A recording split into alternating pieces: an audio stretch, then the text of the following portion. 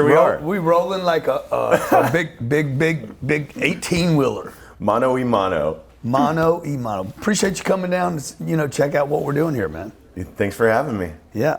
So we've been working together for a while now. Yeah. About half a year. Is that what it is? I think we've had about 6 sessions. Yeah.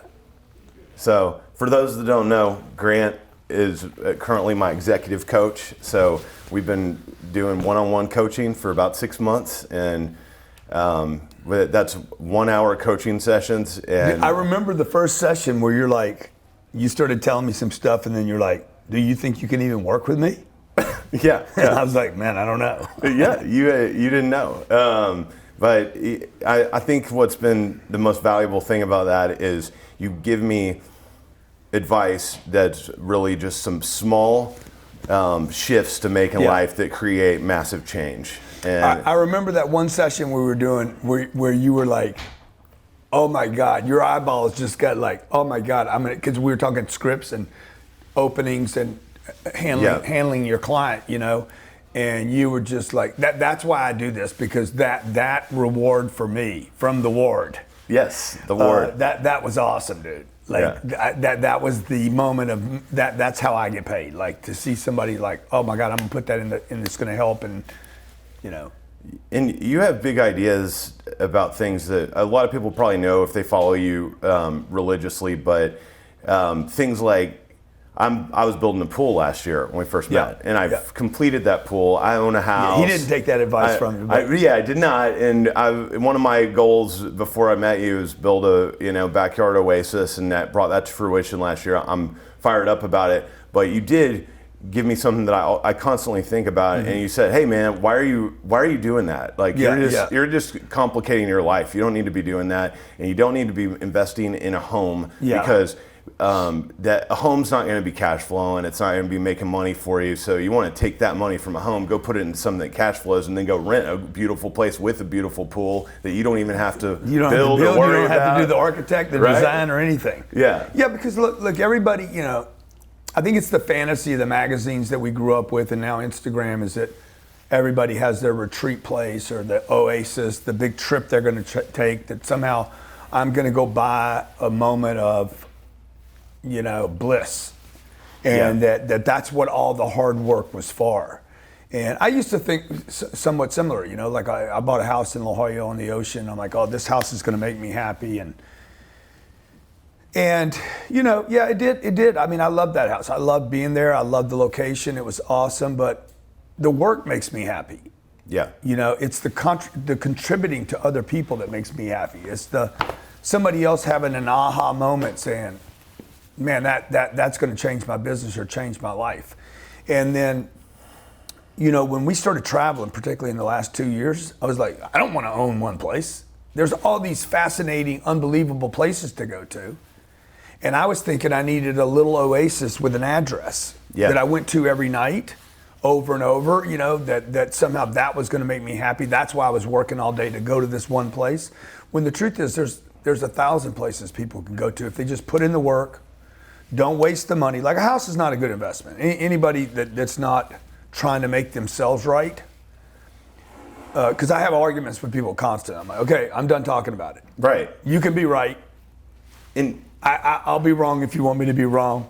You go back to your house, it's such a good investment, but Warren Buffett bought one, Right.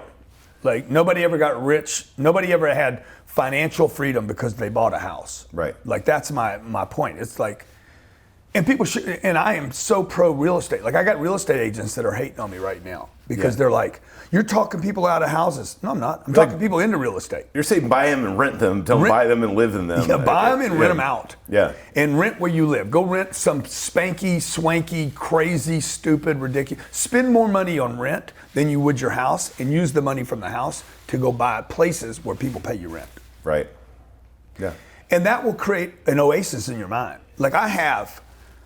The one thing that people don't see on me, they see the jet and the cars and the fancy and the watches, and they think I'm showing off. But what people can't see is I have this financial oasis in my mind that nothing can happen to me. Yeah. like that causes me as much angst as I have in my life, and I'm working and pushing. I have this thing in my head like, dude, I'm good no matter what happens. Yeah. Because that real estate takes care of me, not the businesses that I'm pounding, and like you work hard and you're getting an appointment and you're getting in front of a guy, and the disappointments and the discouragements and the objections and the problems and all the things that go on with life, all the drama. I got this one little oasis in my head that says everything's going to be fine financially, at least financially. Yeah, that's great. Yeah. So we've discussed substance abuse, and I know you have a history with that. I used to be a big time drinker. I drank. I was the kind of drinker that people wanted to hang out with me because they thought I was so cool because I could drink so much. Like it wasn't a lot of people telling me you have a problem. I wasn't rock bottom like you talk about how you were. I was winning awards at work. Now, was I a high performer? Not necessarily. In the eyes of some people, I might have been, but I knew inside me that something was holding me back. So I quit alcohol almost 4 years ago on December 29th. So when you quit, so you had some experience with alcohol, drugs, and that was a big turning point for you when you cut that out. And what I noticed when I cut it out is I had newfound ambition, and I always had ambition. So don't get me wrong, it didn't zap out my ambition. I had a lot, but then I had a lot more. And there's this energy, right? And you direct your energy towards something like that, and it's going to, you're going to be focused on. I really think alcoholics, drug addicts, people with really addictive personalities have abnormal amounts of energy and to a certain degree, but you direct it towards this thing because maybe you can't handle it, but then when you redirect it, I found it's been extremely beneficial in all aspects of my life. So can you speak to how that transformation occurred? So like I had a problem with drugs, and drugs was really the problem. Now that being said, like I could drink too much alcohol too, but the alcohol opened me up to the drug thing. And the next thing you know, nobody plans on being an alcoholic or a drug addict. Right. You don't start saying, I'm going to end up in meetings or a rehab, or people are going to be worried about me, or they're going to talk about how Grant can drink so much, or how he's fallen down, or whatever. Like nobody starts planning that. That's not the plan, as you know. Look, it was a problem for me. And you said you were on a plant-based diet. I'm like, oh, you smoking cannabis? I thought that meant you were on drugs or something, So broccoli. And like even weed. Like I never did anything bad when I was on weed. I never wrecked a car on weed. I never hurt anybody on weed. Like I always wondered, why aren't they throwing people in jail because of weed? But the weed opened me up to all the other stuff. That was the gateway for me. And again, like anybody listening, right? Whatever you want to do is fine. You want to shoot heroin in your arm, okay? Whatever you want to do. That's your life, your arm, your body. Probably don't do that, but wasn't good for me. Yeah. Wasn't good for me. Right. And it doesn't appear to be good for people, even when you watch it in the movies. Like it just doesn't look good on people. No. Right? So, and don't do it in Singapore, because they will kill you if you do that there. If you get caught with heroin in Singapore, you're executed the same way. Really? Yeah, I think 1/8 of an ounce or something. There's got to be a certain minimum amount. But anyway, as I digress here, the energy thing that you're talking about is very interesting to me, because I think everybody's an addict. I think everybody has the ability to be addictive, and should. Like they should literally harness that resource. Like when I say that, I think about my sister Diane. She's very proper, very right, very great grades in school, valedictorian, did all the things right. She's the right. She was the good child. She's the good child, right? Then here I am, black sheep. The parents weren't all worried about her. Never worried about her. Very proud of her, yeah. But like when she rolls into something, if she would roll in all the way, we would find she's got addictive qualities too. And the people that can harness that, the thing about a drug addiction, if you recover from it, now oh, dude, I can be obsessive. Yeah. I can go overboard. Like so many people never discover that part. That's the beautiful part about the drug addiction. Like you get to discover, you get to go tiptoe with death. Right. Like I overdosed three or four times. Wow. Like I was that far from somebody had to wake me up. Otherwise I wouldn't be here. So when you have that experience, I ended up in a treatment center when I was 25. There was a guy named Ben there. I think his name was Ben. He had been to 3 treatment centers. He was 52. He was a wreck, dude, shaking. Yeah. Like seeing that was important for me. I'm like, dude, I don't want to be a shaker, and I don't want to be 52 and back here a third time. Yeah. So, and when I got home, I had to convert all this energy. I needed to convert my addictive energy, all the drugs and the waste of time, because there was so much time wasted. I didn't even know how much time I was wasting. Right. Yeah. And I think that's what you're talking about. The next day, when you stopped December 29th, you're like, the next week, you're like, what? What's going on here? What do you I do? got so much time. And especially when you get back in just the life and you're not having a glass of wine at lunch and then going, hey, let's meet for happy hour at 3 or 4 on a patio somewhere and drink some margaritas. And you have all that time free up. And then the energy that you have the next morning from not doing all that, and it compounds. And yeah, for sure. So I've always called it alcoholic energy, but I see what you're saying now. I think everyone has it. Dude, it was there. It was there. You had just used it for something else, right? It got diverted, and then you start figuring out how to practice. That's why athletes do so well, or people in the Marines or the military. They get on this regiment, and then once you build the discipline, whether it's drinking, drugs, work, working out, kid time, like when you replace it. Yeah. See, for me, drugs was, I went to drugs because I was bored. Yeah. I was drinking in the afternoons. Definitely. I was bored, dude. I needed deals. I drank because I was bored, and then I think I quit drinking, a big reason, because I got bored of drinking. It wasn't serving me anymore, You drink for 20 years, it's excessively, it gets boring. You don't have as much fun and going to a bar when you're 37 with a bunch of 24-year-olds as you did when you were a 24-year-old. Yeah. And it starts banging the body up too. Yeah, like you can't keep pouring alcohol into the body, and like even today, if I have a glass of wine today, I wake up the next day, I got a hangover. Yeah. I'm like, dude, people do this every day. I lost 50 pounds, and since I quit drinking, and I mean, you look great, man. Thanks, dude. Yeah. And I'm 6'4", so I hit it well. It wasn't like I looked like I wasn't a giant. People probably wouldn't describe me as fat. I was just a big guy. But I lose 50 pounds and I just feel so much better. I mean, I was, anyway, it's been good, and that's great. So when I first quit, I heard about this guy that is a former colleague, now semi-competitor, but a friend of mine in the same industry, does the same thing. And I heard that he had grossed $2 million the year before in doing what we do. And that's a lot of money. It was substantially more than he did when we used to work together. So I heard this, and I'd never even grossed $1 million before. So I heard this guy grossed $2 million. Like, what's he doing? What are you doing? Yeah. I called him immediately. This is that new energy going to work. I just called him, hey, can we have lunch? Yeah, right. How'd you do that, man? And so he had hired a coach. So my next call, right after lunch, I called that coach, hired him, and then that year, I busted $1 million the first time, and then set a goal to do $2 million, and then busted that a couple years later. Once understanding some things, but it's coaching. Yeah, that's why we're here. You're my coach right now.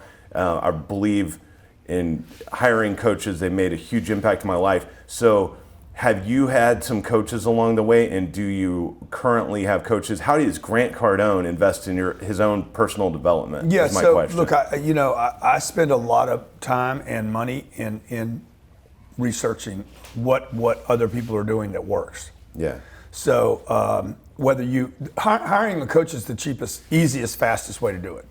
You come over here, you tap into me. Most of the time, like when you're trying to reach for somebody that's doing something big, like they're not making their services available. Right. Because the exchange really doesn't work. I spent 3 months with a guy who just sold his company for $4 billion. That was a game changer for me. Yeah. It cost me millions of dollars to do that. Yeah. Like, he didn't want money. You can't give a guy money. Right. He's worth $4 billion. Like, what am I going to give him? Yeah. There's nothing I'm going to give him that moves his bar. So I got to figure out, how do I move his bar? How do I help him, service him? And I didn't want 1 hour with him. I just wanted to be in the space for a while. Hanging out with him. And sometimes it was like nothing happened. It was just a complete waste of time. Yeah. But there'd be moments. And this is recent? This was maybe 3 years ago. Okay. And you go into there's no agenda. Like, he doesn't know I'm coming in for coaching. He doesn't know I'm coming in to hang in the ether. Everybody is. Everybody wants in this guy's space. Yeah. But I figured out how to maneuver into it, spend some time with him to serve it like it was, You're creating value for him. Yeah, and And you get to know him through the process. Yeah. But there's no agenda. Like, we're going to sit down and talk today. Yeah. Yeah. This was 3 years ago. I was already fairly successful. But now I got to put myself in kind of a subservient situation where I'm like, what can I get you? How can I help you? What can I, I'm just along for the ride. Yeah. And then whatever's left over, I get to observe, look through, pick through, and decide what fits for me. And so, I just started every day when I would spend time with him, I was looking at, okay, what's this guy doing? When's he looking at his cash accounts? What's it look like? I remember asking him, dude, I want to see your bank balances. And he's like, what? I said, I want to see the money.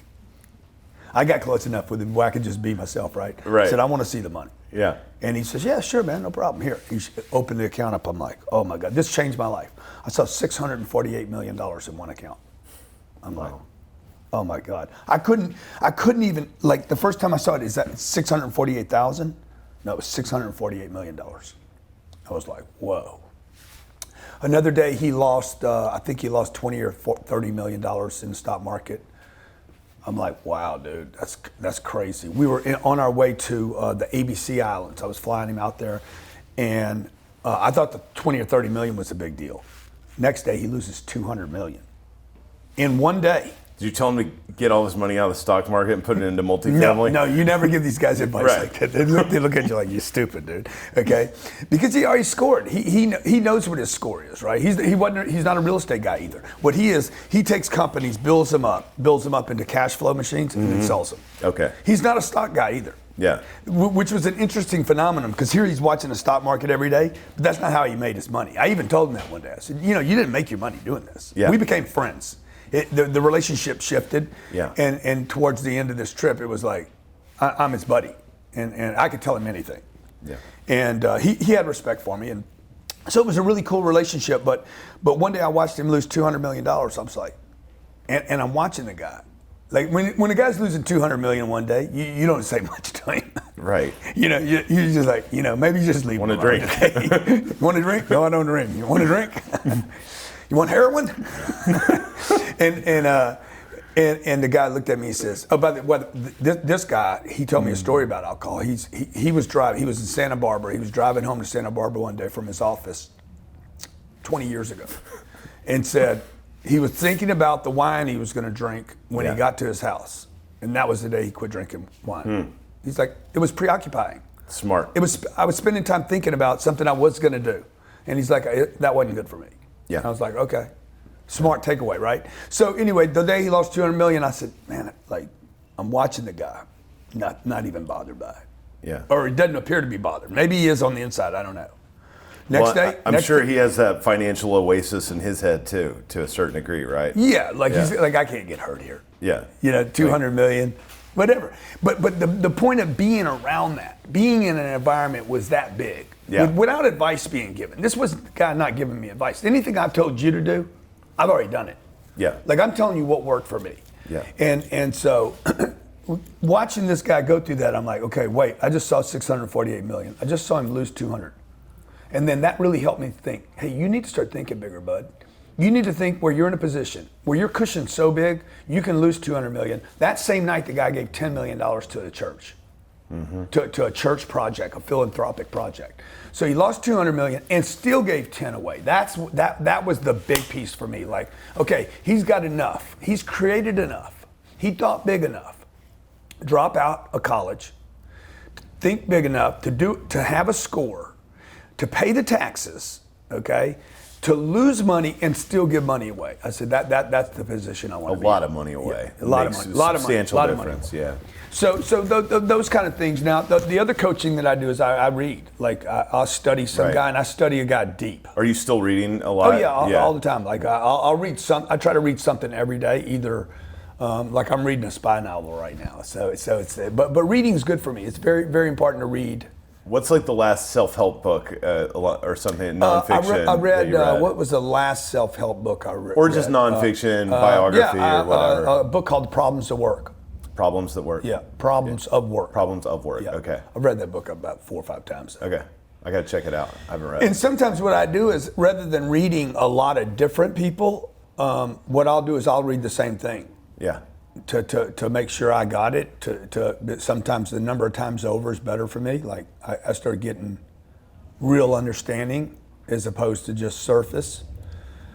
I'm not just saying this, but that's a good thing to do for me with the 10X rule. Yeah. Because you're going to capture some stuff maybe you didn't see the first time through, but it also gets you in the zone. Yeah. It's a great book for that. And I like Tony Robbins too. He has some books like Awaken the Giant Within, and that's good to go back to. You know, the thing for me about reading a book a second time or a third time is that the predictability of it. I know the first time you read a chapter 6 of the 10X rule, you don't know what's in it. Second time you read it, you're like, okay, I know where he's going now. Mm-hmm. And I think people don't. One of the reasons the education system I think fails is because all those books are only read once. Yeah. You're never going to go back and do a chapter a second time. So how are you going to ever get good at it? I had a ball player in here yesterday. Who was here yesterday, Johnny? Matt Joyce. Yeah, Matt Joyce was in here. He's 140 home runs, All-Star, Atlanta Braves. Yeah. I said, how many swings do you take a year? He's like, we play 200 games, plus practice another 100 days of practice, and he's doing 50 to 100 swings a day. Times 300. 300 times 20 years he's been doing it. Wow. Tens of thousands of swings. Yeah. So you start getting muscle memory. People are reading. They're reading like one book a year. Yeah. You know, there's a guy out there right now that says he doesn't read. He's a successful guy, and he's like, I don't read books. I'm like, okay. Bill does. Billy Boy does. He should start, right? I think if someone's successful not reading, then go see what you can do with reading. Dude, like, how can it hurt you? It's kind of fun too. And I mean, you can do audiobooks if you don't really like to read. And I really enjoy podcasts too. Yeah. We're doing a podcast. We're doing one right now. Somebody's going to hopefully somebody gets something out of this. Listen to this and get something out of it. I strongly suggest that if you can ever get around somebody that will show you, somebody's financially successful, not successful on Instagram. Right. But that is, see, I talk about the money thing a lot, because to make money is one thing. To make money and keep it, that's another thing. To make it, keep it, and then multiply it. That's a completely another thing. And almost nobody that does that opens their books to people. To like, how did you do it? Like that is important to me. That people not just work their whole life for money, but that you got a little girl that's going to need your help. Right. She might need your help after you're gone. Yeah. And I think it's a good exercise to think about what would you do if money was not an issue. Yeah. And if you're independently wealthy, you never have to worry about money again, then what will you do?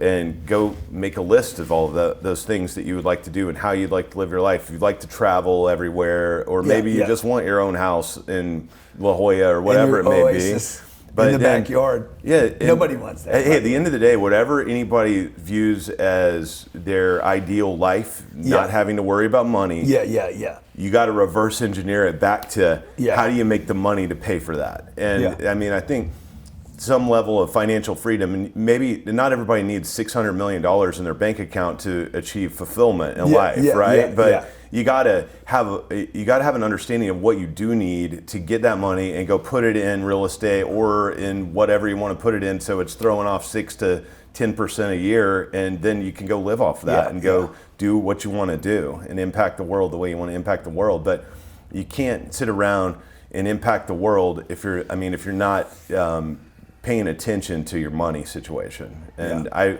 didn't discover that until late in life. I mean, not that late, I guess, no, but you're young. Like until my late 30s though. Yeah. And I wasn't thinking that way. I wasn't paying attention to it. So, and now you've continued to teach me about that, and I've taken advice from you, but I had I had a bunch of stocks I invested in, and Did you sell that junk that I told you to sell? You still hadn't sold it. I've sold everything except for one, and I can't stomach the loss. You can't stomach the loss. And now man. I could, of course, lose it all. See, but here we are. We're still talking about it. I know. Here it is, 6 months later. Yeah, but I mean, tell me your philosophy on this and what you do if you're me, if you're taking a massive hit now. You take it and you move on. You quit looking at it. Yeah. Like as fast as you can. If you're going to lose a fight, if you're going to get knocked out, there's no reason to go 3 rounds. Yeah. Like there's no reason to get your nose broke, jaw broke. I watched the fight the other night. Guy had his jaw broke and fought another 2 rounds. I was there. You were there? I was in Vegas, yeah. Oh my God. Colby Covington. Yeah. Oh man. I'm like, bro, get out of this thing now. He was complaining about he told his trainer, he's like, hey, my jaw's broke. And he's like, I need 10 more minutes from you. I need 10 more minutes from you. And the guy almost won the fight, by the way. Yeah. But I'm like, look, if you're gonna have a loss, okay, what I don't want to do is keep looking at the loss. You've looked at that loss now. Every day you look at it, you're reminded, I made a bad decision. I made a bad decision. I made a bad decision. That's an affirmation. I make bad decisions. I make bad decisions. I make bad decisions. I made a bad decision. I made a bad decision. Dude, cut it. Yeah. Because now it's not on my books anymore.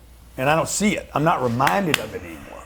It's really important for me not to be reminded of my losses. I know it's popular today to be everybody. I learn more from my failures. I learn everything I've learned from my failure. Dude, I don't want to learn that way. Okay, It does not take. A wise man learns from the failures of others. That's An right. idiot learns from his own failures. So I have them. I just want to cut that loss as fast as I can. Yeah. So because I keep seeing it show up on my books. Every time we're together, we got to talk about it. I know. All you had to say was, dude, I cut it. The first time we were together, you could have cut that thing. We wouldn't be talking about it anymore. It would be out of your universe. Yeah. It would be out of the ward. That's right. But it's still in the ward, making you crazy. Yeah, to a certain extent. I ain't going to lose money. I ain't going to lose money. It was a bad investment. Yeah. The deal, it was a bad investment. There's no reason to keep it as a bad investment, right? It'd be like having a disease and keeping it. Right. Fuck it. I ain't getting rid of my cough. Yeah. I'm keeping this cough.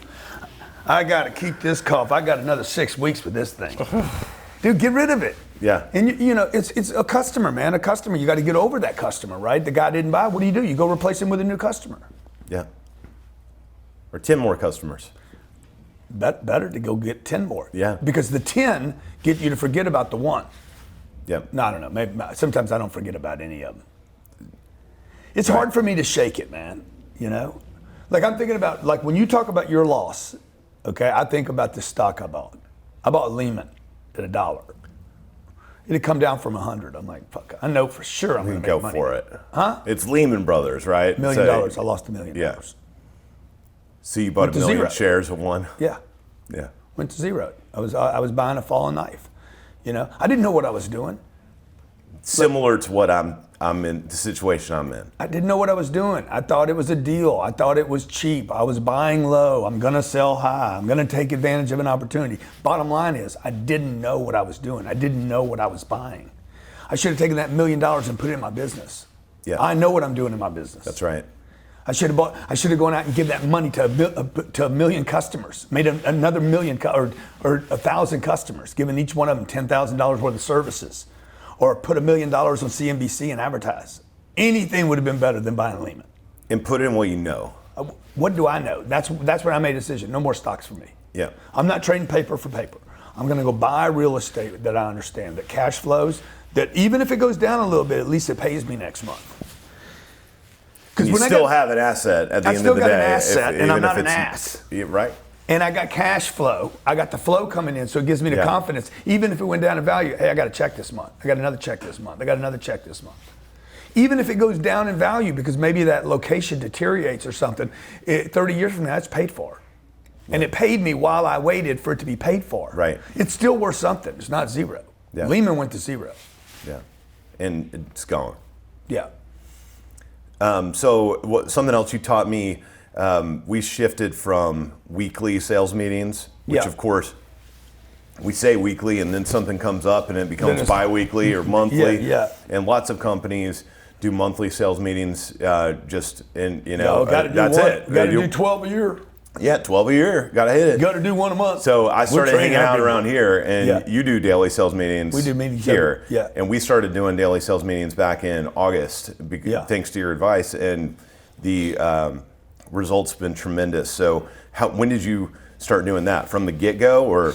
Well, I was doing that when I was 25 years old. When I quit using drugs, I'm like, I got to do something with all my free time. Yeah. So were you selling cars at that point? Yeah, I was selling automobiles. Yeah. And before that, I'd sold furniture. I'd sold seafood. What else had I sold? Clothes, insurance. And were you managing? But I was an amateur. I was an amateur. Were you managing a sales team when you were 25? No, okay. I've never managed a sales team. Okay. I've never been anything more than a salesman. Yeah. So I was a salesman, but then when I was 25, I'm like, I need to learn how to sell now. Yeah. I'd been a salesman for 6 years, but never learned how to. Right. I was just the guy that knew how to shake somebody's hand. Yeah, and I'm sure you're natural at it to a certain degree. But I mean, it was a little awkward for me. Okay. But like, you're really good talking to people, and you have that big guy kind of thing, Like, you just have this. I've lost 50 pounds. No, but I mean big. I big, know, 6 foot. yeah. I'm a little dude, and so it was a little awkward for me, and particularly when you're on drugs, it's one thing, because you got that little bit of, you're not yourself. You don't give a fuck. You're like, fuck right. it. I'm on 10 milligrams of something. Yeah. And so you got, which is, when you come off the drugs, then you have all these inhibitions that you're aware of. Like, you're a walking wound, basically. You're like, you feel everything. Right. You say everything's a sensation, and it's weird. It's weird, dude. Yeah. Like, it's crazy.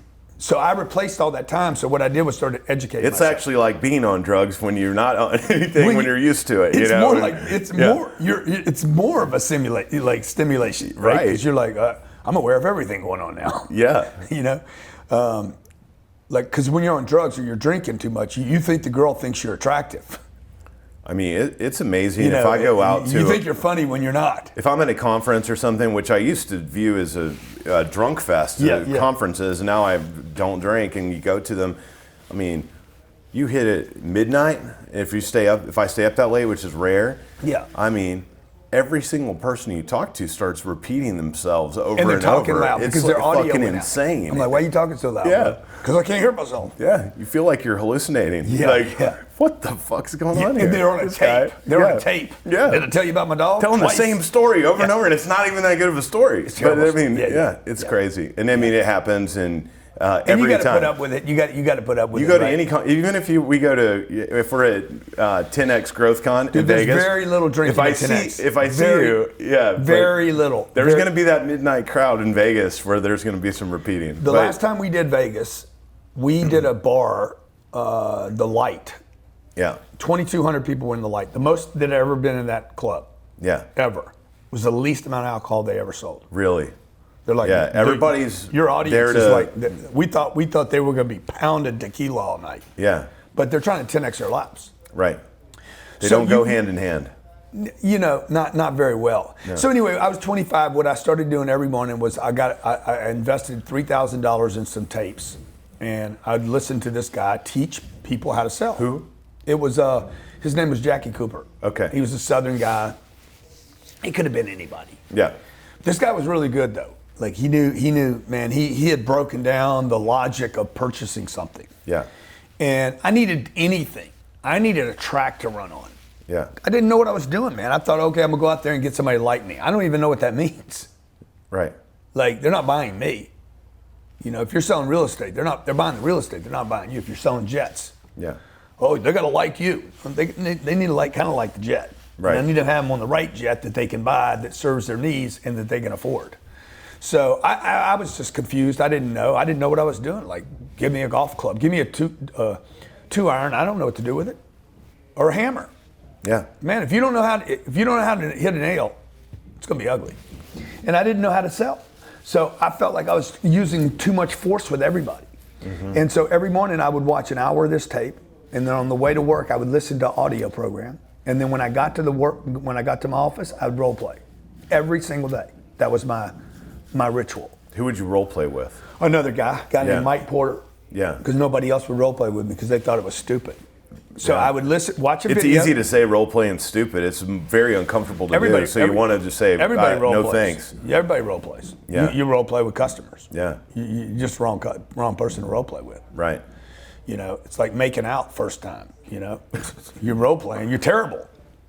It's better to watch TV and say, okay, how's he making his moves? You know, I remember doing that, man. Yeah. Everybody's actually emulating something, right? Yeah. So that's what role playing did for me. Like any objection I was having trouble with, I need to think about it, you know, or I got another supplier.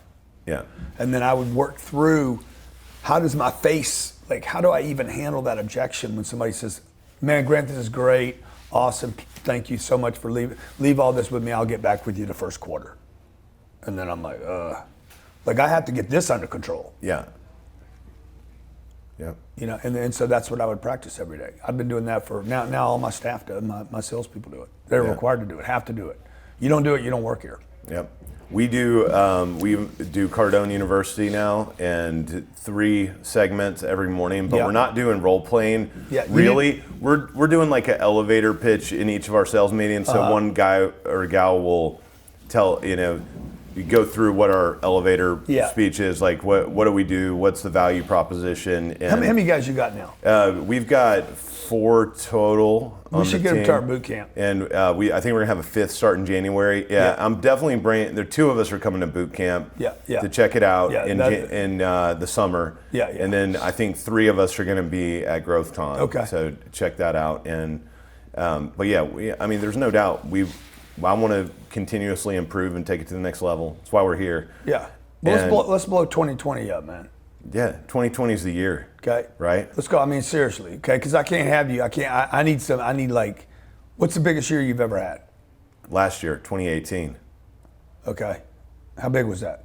It was, the whole team that we were working with, we busted 3 million. Yeah, well, let's go do 10 million this. Can we do 10? 10 million in 2020? No.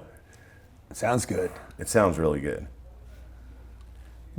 Is it going to be done? Everything's is it going to be done? Everything's possible. Everything's possible. Will 10 million be done in your industry? Yes. In the whole industry?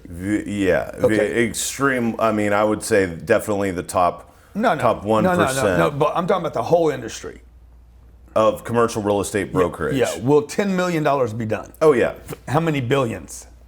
Will be exchanged. Yeah. Oh, yeah. And so, I'm talking fees. So I'm talking fees too. Yeah. So we just back into it. If billions are going to be done, if we pull off 10 million, it's possible in your market. Yeah. In your market. Yeah. Now we just got to add the people. Got to reverse engineer the deal. Figure out how many people we need, how many phone calls. And it is people.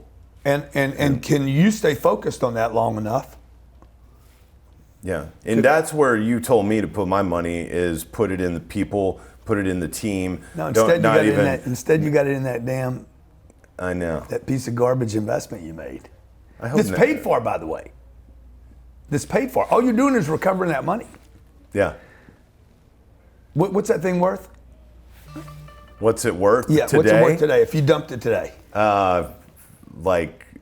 Let me think. Like 300. You'd be making 300. That's the way to think about it. Not you're losing 700. Take 300 and make 300. You made 300. You just recovered 300. Take that money, invest in your business. Yeah. And see if you can get a 10x return on it next year. 300 turn it into 3 million.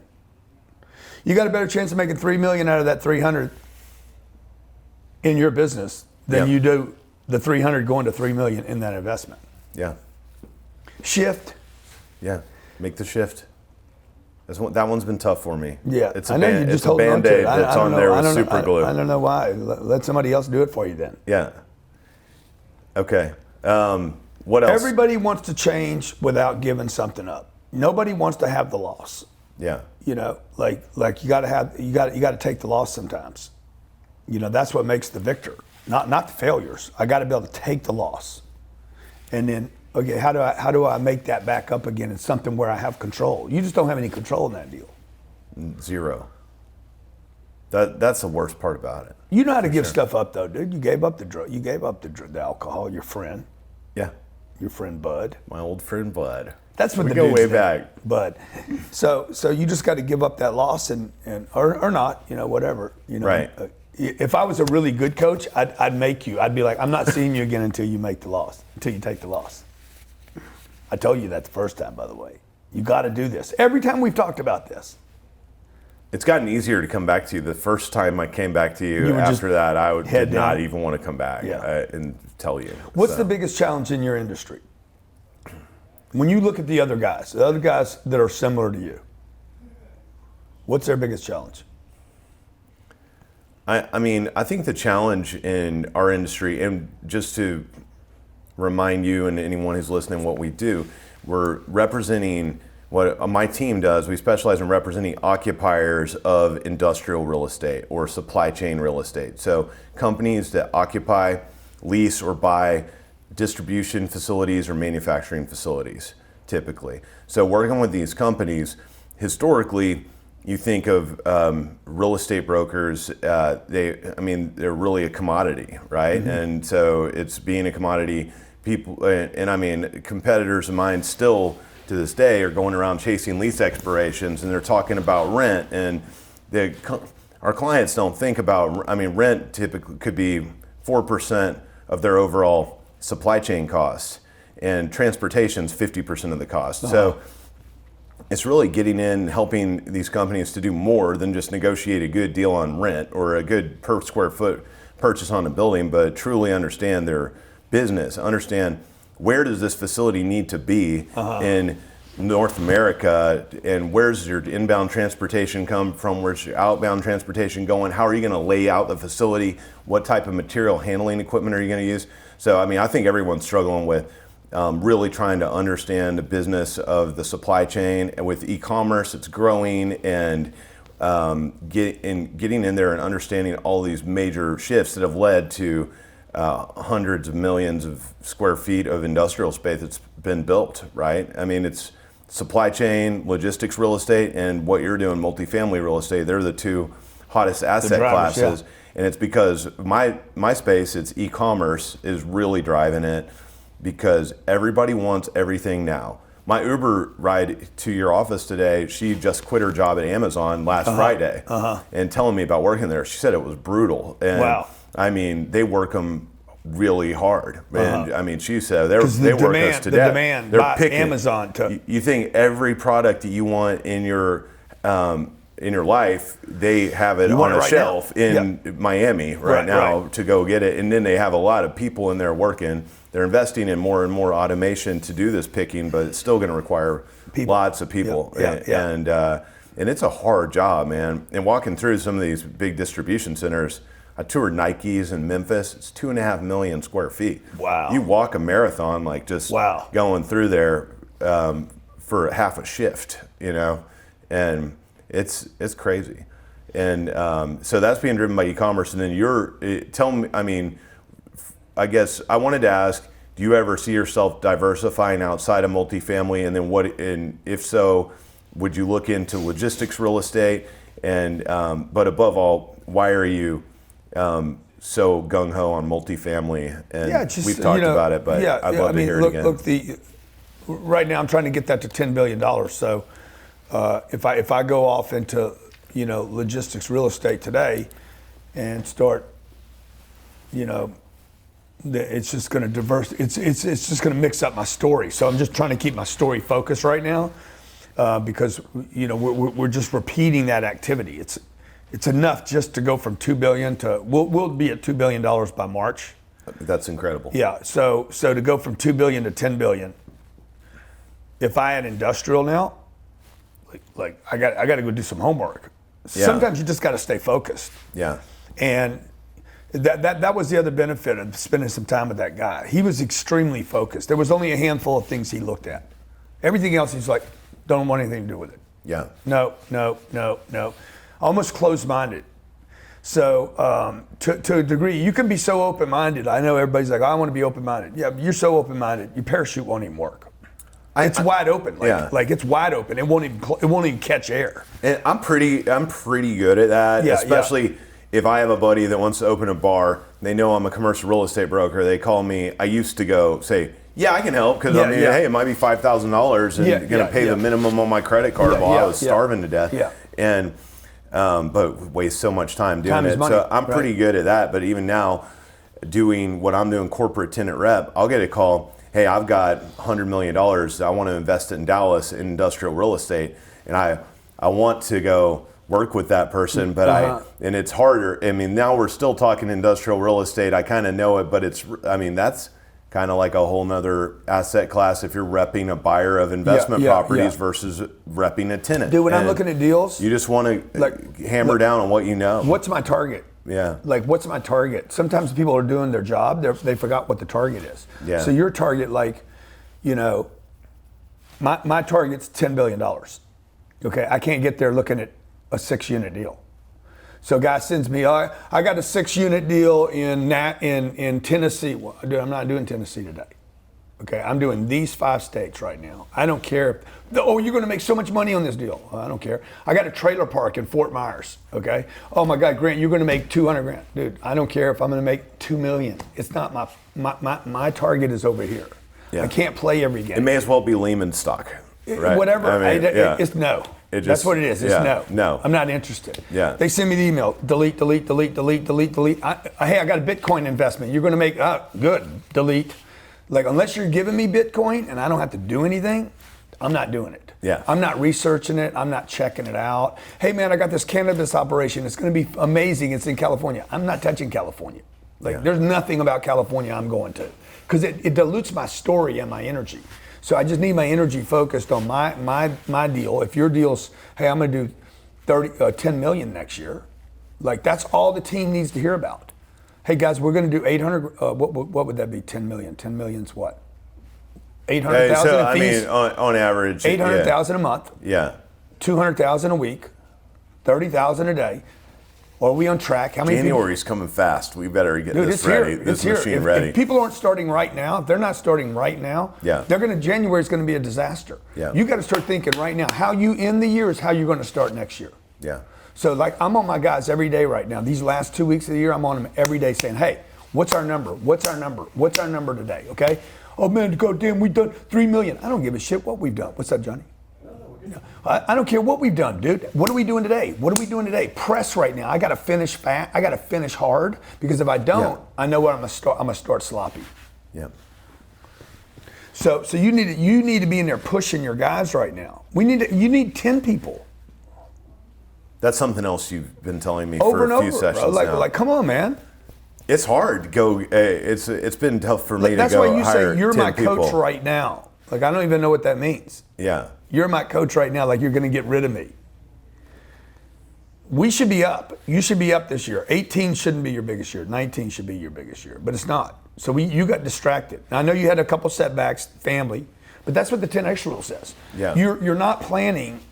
I'm not saying you're not, but I'm saying the viewer, you guys are underestimating what it takes to win. Because, do they know the story about your daughter?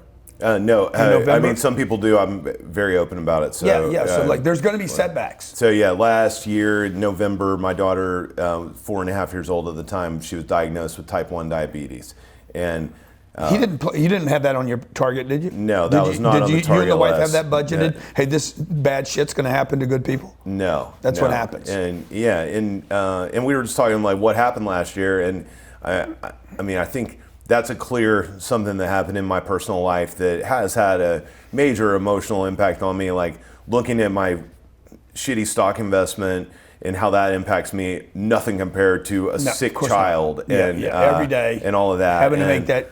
And you think about it, and it's a lot. I mean, managing it and learning about it, and it's a day-to-day thing. It's not handing a pill every day. It's giving a 4-year-old 6 shots a day and counting how many carbs she eats. Yeah. And granted, first thing when I'm in the hospital and she's in the emergency room, and I mean, first thing, when you're in a children's medical center that it can be way worse than type 1 diabetes. So you're grateful for that. But there's just no doubt, like, we gotta keep our eye on it. We're responsible for her, and she can't go manage it herself at this point in her life, and that's a lot. Yeah.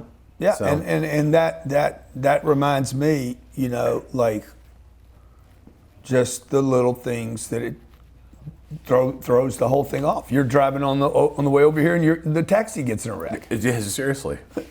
Nobody plans on this stuff. Like, how does this happen to me? Why is this happening to me right now? The plane's late. all the stuff that happens. Trump's getting impeached. I don't know what that's going to do to the thing, but it's all these little distractions. My little girl today, my 10-year-old, she's not compared to what you're going through, but she's got, she's going through this moment because we took a telephone from her. So she's freaking out right now. Like, she's like, my life is terrible. Like, I don't want my kid having that moment. And it's just enough to distract somebody from being on their game every day. What did she do for you to take her phone away from her? The phone was about, we should have never given her a phone. Yeah. These devices are connected to all the terrible things in the universe. My daughter has a phone to deal with because she has a device that measures her blood sugar. Yeah. So she has to have her phone. Thankfully, I can go look and see what her blood sugar is right now from Miami, and she's in Dallas. Yeah. But man, she definitely is addicted to the fucking phone. TikTok. My daughter's on TikTok the other day. I'm like, hey, you can't have this phone. Like, I'm sorry. Like, I see stuff on social media. I'm like, I'm not even ready for this. Right. I was happily married yesterday. Happily married. And then all of a sudden I start seeing stuff. I'm like, oh my God. Dude, that's crazy. Yeah. Like I remember I used to have to go to the store and buy that magazine. Couldn't even get that good of stuff. Now it's just coming at you constantly. And all kinds of crazy stuff. What your competition's doing. Somebody else is doing great. Like, there's so many distractions today. It's like, hey, take the phone away. I took it from her. I ought to not use it myself. Nobody's ready for these devices. No. Because the distraction, see, it goes back to that the goal. I mean, the only good thing about that phone, when I watch it, I'm like, man, you're getting distracted. So is all your competition, bro. And you're good at taking people's attention away and driving. I mean, once I started following you, the feeds of the Instagram models went out, and I could just see like 10x. Dude, you got the same kind of eyes as this guy. You know that? Yeah. Dude, you got the brows and stuff. That's the $10 million gorilla right there. Uh-huh. So I got to go there. Yeah, you got to go there. 2020, Let's do this. baby. Let's do this. This will be a great story for me to tell people that you did the ward. The ward. What is it today? Huh? December 19th? Yeah, today's the 19th. December 19th, 2019. 10 days before your 4 years of sobriety. So December 20th, 2020, I need to come back in here and have, dude, I hit we 10 busted 10 million. Let's say you don't do 10. Let's say you do 4. Still twice the best year you've ever had. Yeah. But the target should be 10. Yeah. Dude, I got targets. I woke up this morning, I'm like, we're not going to hit our target for this one thing I'm doing. So every day I'm coming in. I'm not going to hit that target. I got to press right now. I got to push harder. Like, I do not lower the target ever. Maybe this is the takeaway for your viewer. Yeah, never drop the target. Yeah. You can increase the target. Don't drop the target. And let's increase the activity. Let's end on this. Like, when you're waking up in the morning to accomplish your goals, you've accomplished massive goals. What's your ritual? Well, this morning I broke my ritual. I was depressed. I'm like, man, I'm. You ever sleep in, bro? Just pull the sheets over your head. Yeah, I mean, it's gonna happen, right?